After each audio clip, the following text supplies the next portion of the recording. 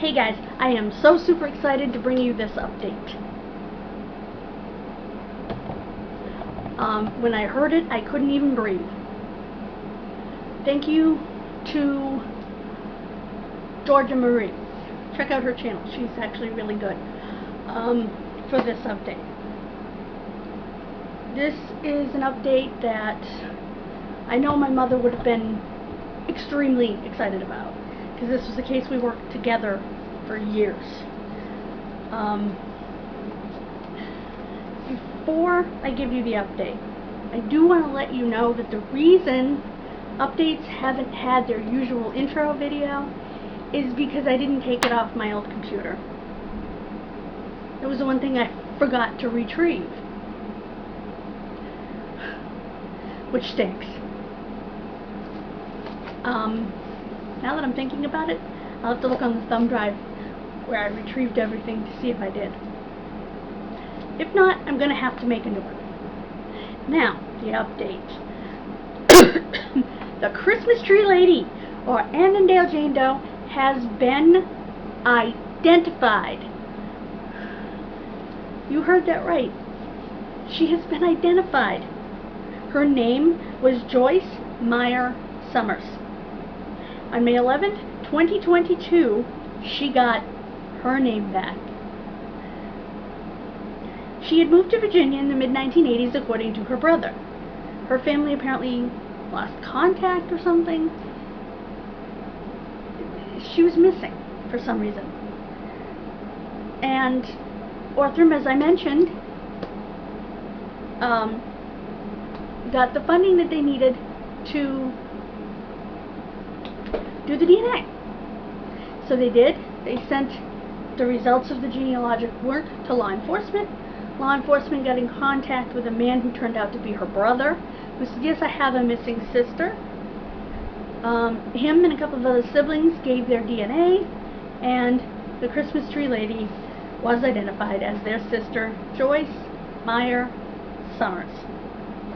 Joyce Marilyn Meyer Summers.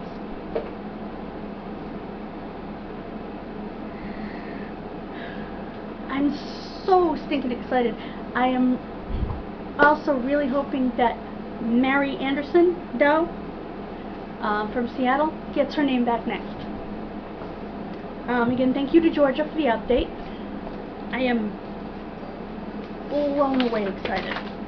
And I couldn't have come at a better time because tomorrow's my birthday at the time of filming.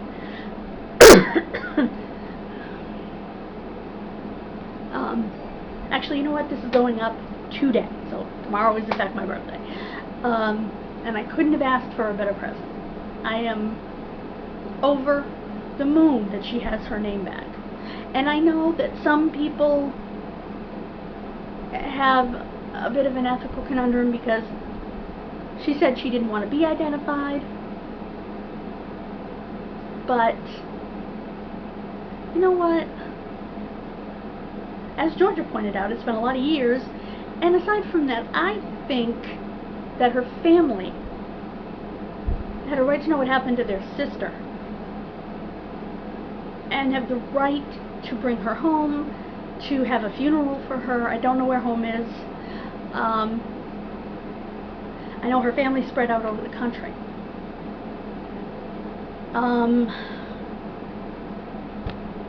You know, and bury her with her mom and dad, or, you know, and grieve their loss properly. And I am so sorry that they lost their sister the way that they did. My deepest condolences to them. Again, like I said, maybe this will lead to Mary Anderson, because I know they were both funded about the same time. That money really makes a difference in these cases. Look how many years she went unidentified. I don't think she could have imagined in life, in her possible state of depression, how many people wound up invested in and loving this woman in her death. You know, I know my mother knows the answer. She knew the answer as soon as she stepped through Heaven's Gates. Because Joyce was there to say thank you. You know, I know she now knows who the Seattle Jane Doe, the Vintage Park lady is, because she was there to say thank you. You know, I believe that. And I don't believe that, and I guess I'm in the minority here, that those who say they don't want to be identified really don't care if they are identified. You know what I mean? Like, I think that they say that to protect their families. Oops, I'm sorry.